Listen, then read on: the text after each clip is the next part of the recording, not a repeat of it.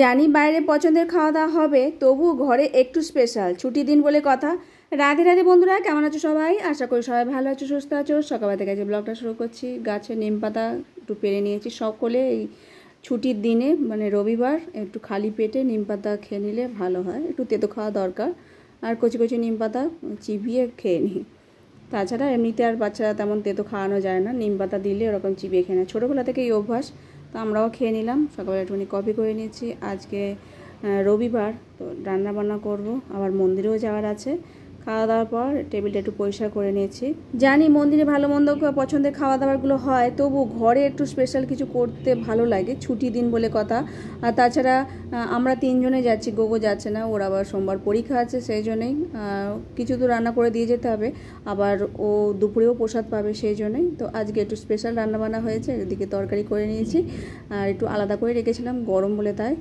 আর পাঁপড় ভেজে নিয়েছি, শশা বানিয়ে নিয়েছি, আর এখানে হচ্ছে জিরা রাইস। তো এই আজকের প্রসাদ। আমরা সকালবেলা একটু টিফিন অল্প অল্প করে খেয়ে যাব, আর যা থাকবে গোগো টিফিনে খাবে, আবার দুপুরে খাবে। আমরা তো আবার মন্দিরে প্রসাদ পাবো। চলো এখন ভগবানের থালা গুছিয়ে দিয়ে দিয়েছিলাম ভগবানকে সেবা, তো তার সাথে আম দিয়ে দিয়েছিলাম আর একটু প্যাড়া দিয়ে দিয়েছিলাম, দিয়ে আর সেবা দেওয়া হয়ে গেছে। এখন বাইরে নিয়ে যাই।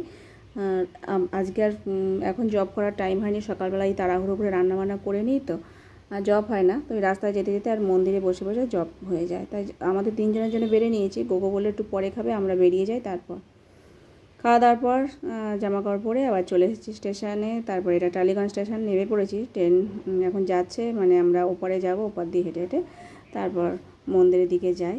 তো ওই অপেক্ষা করছিলাম ট্রেনটা চলে গেলে তারপর ওপরে যাই। তো চলো এখন হেঁটে হেঁটেই যাচ্ছি, বেশিক্ষণ সময় লাগে না, এখানে 10 মিনিট মতো লাগে মন্দিরে পৌঁছাতে। তারপর আমরা পৌঁছে গেলে 11 থেকে ক্লাস, তো আগের ট্রেনটাই যাই যাতে তাড়াতাড়ি পৌঁছে যায়। পরের ট্রেনটা আবার কোনো সময় লেট করে কি ক্যান্সেল হয়, সেই জন্যই। যাই হোক, মন্দিরে পৌঁছে গেছি। তো আজকে ভগবানকে দর্শন করে নাও, খুব সুন্দর করে ভগবানকে আজকে সাজিয়েছে। তো একটু পরেই আমাদের ক্লাস শুরু হবে, এখনও সমস্ত ভক্তরা আসেনি। তো টাইম হয়ে গেলেই তখনই আবার সব মন্দির পুরো ভরে যায়, এক করে আসছে। আমরাই দেখো বসে আছি ফাঁকায় ফাঁকায়। তো আজকে মানে ওয়েদারটা ঠান্ডা ঠান্ডাই ছিল, মেঘলা, কিন্তু গুমোট করেছিল, খুব গরম লাগছিল। যাই হোক, এটা হলো ভোগ আরতি হচ্ছে আমাদের ক্লাস হয়ে যাওয়ার পর। আবার প্রসাদ পাচ্ছি, আজকে প্রসাদে অনেক কিছুই ছিল। তো প্রথমে দেখো গরম গরম সাদা অন্ন দিয়েছে, এটা হচ্ছে কচু শাক। কচু শাক তো সকলেরই প্রিয়, সবাই জানো। কচু শাকটা এমনই একটা জিনিস, সবাই খেতে ভালোবাসে।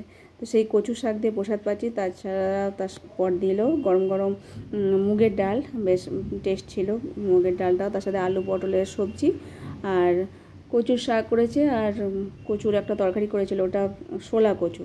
শোলা কচু আজকাল এতই ভালো লাগে না, ওটা গলা কোটায় না, মান কচু যেরকম গলা কোটায়, ওটা আমরা যেমন করে ইচ্ছা রান্না করা যায়। আজকের প্রসাদগুলো সবই সুন্দর ছিল।